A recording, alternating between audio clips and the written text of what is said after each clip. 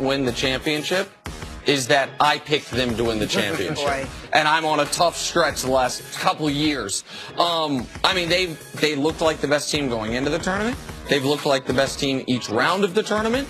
They haven't had a single game in question in the tournament. Like, to me, they have clearly been the best team. Yeah, they look like the heavy favorite in my eyes. I was with you. I picked Villanova as well. I'm not going to predict anything at this point in this tournament. I wouldn't be shocked if Loyola wins it, if Michigan wins it. Anything could happen. But I love Jalen Brunson. Love his game. Never seems to take a bad shot. Great floor general. And this kid, DiVincenzo, yes. Dante DiVincenzo, his game, I love this kid. I mean, high flyer, can shoot the three. He has had some tremendous moments in this tournament. So they're an exciting team to watch. I would like to see them get all the way to the front. Before the year, Jay Wright came on. One of the players he specifically pointed out was Dante DiVincenzo. He's been awesome. Yeah. He's been awesome. All right, moving on to the other side of the bracket, the feel-good story of the tournament. Loyola Chicago heading to the Final Four with a win over Kansas State.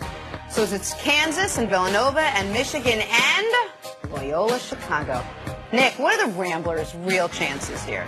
I mean, I think they got a decent shot. This is a team that was the best team in not a small major, but a legitimate mid-major conference, Missouri Valley. I think now they've won 14 consecutive games. They absolutely have the feeling of a team of destiny, winning the first 3 tournament games the way they did, and then putting a complete game together and dominating K-State. Like, they got great guard play. Michigan's a favorite over them, but would you be shocked if they beat Michigan? I wouldn't be shocked at all if they beat Michigan. Not at this point. Look, it'd be nice to see a mid-major finally do it. You know, Butler came close. George Mason was in the Final Four. It would be nice to see them really cap it off. One thing that stood out to me when they played K-State, they were far more skilled than Kansas State. You would expect the bigger school, the major school versus the mid-major would have more skill. K-State was more athletic, more physical and tougher, but skill-wise, Loyola shot it better. They handled the ball better. They passed better, and that's why they won. All right, to the NBA now. The Trailblazers beat the Thunder last night. Melo struggled, only scoring 6 points on 3 from 13. Chris, does it worry you seeing the Thunder struggle against tough competition?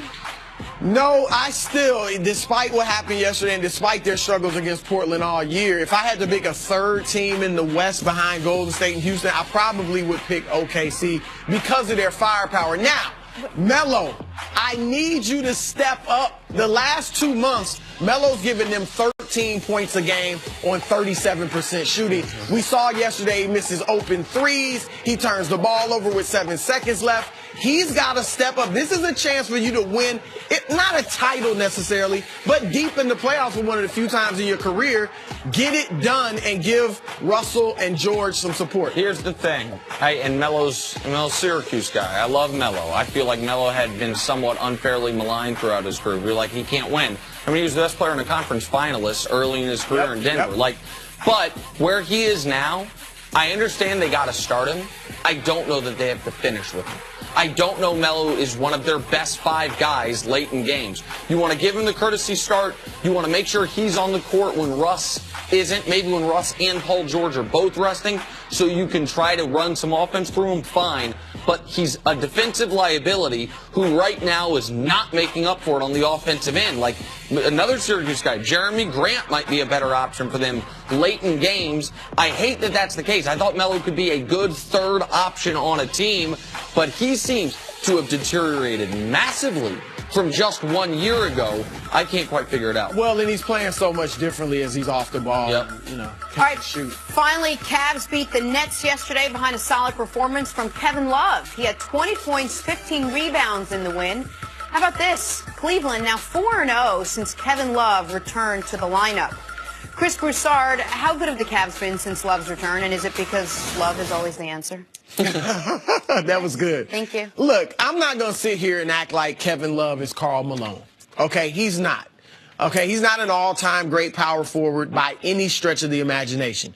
But he has become woefully underrated, I think. People act like Kevin Love is a scrub. Kevin Love is a 20-point 10-rebound machine. Almost guaranteed to do that when he is the definitive second option, and that's what he is now that Kyrie's gone, now that Isaiah's gone. Isaiah thought he was 1A. All right, so Kevin Love got moved back to 3. As the second option, he gives it to you. There's no ifs, ands, or buts about it. And remember, when he was in Minnesota, I know the teams never made the playoffs, but I'm going to say had they been in the East, they would have at least made it his last year there. He was putting up numbers we had not really seen consistently. I mean, a 26-point, 20-rebound game here and there.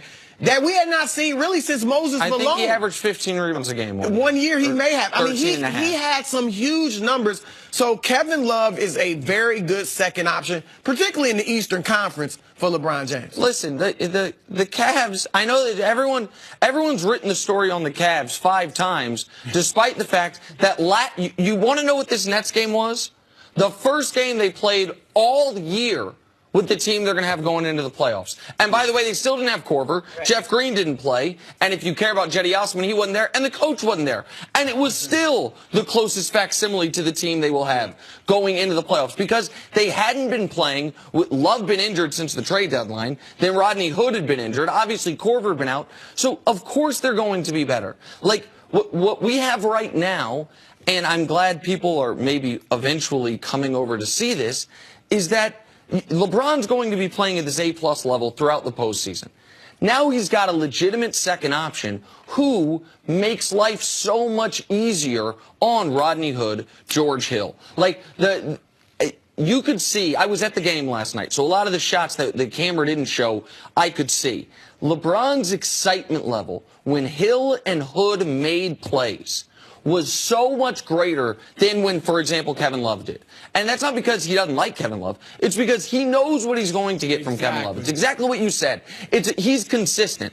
But for the Cavs to win a championship, which is obviously what LeBron's only real goal is, he needs Hill and Hood to both play great. And Love spaces the floor better for them, makes it to where they don't have to be a second option. They can just hit some open shots.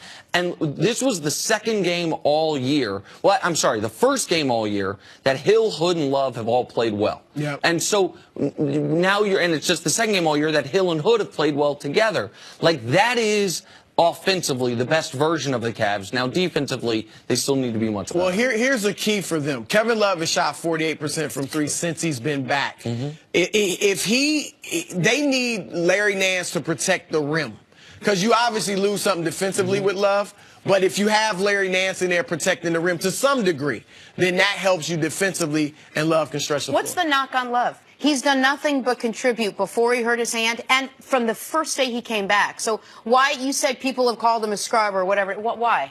Well, I think, one, when he was there as the third option with Kyrie, that he was inconsistent. I mean, you never knew what you were getting night in, night out from him. But I say that's the life of a third option. I mean, a third option is going to be inconsistent. And then defensively, he doesn't give it to you defensively. So when he's not playing big offensively, then what is he out there for? That's kind of the feeling. All right, to the Warriors now in a range of emotion on Friday. So they got Steph Curry back.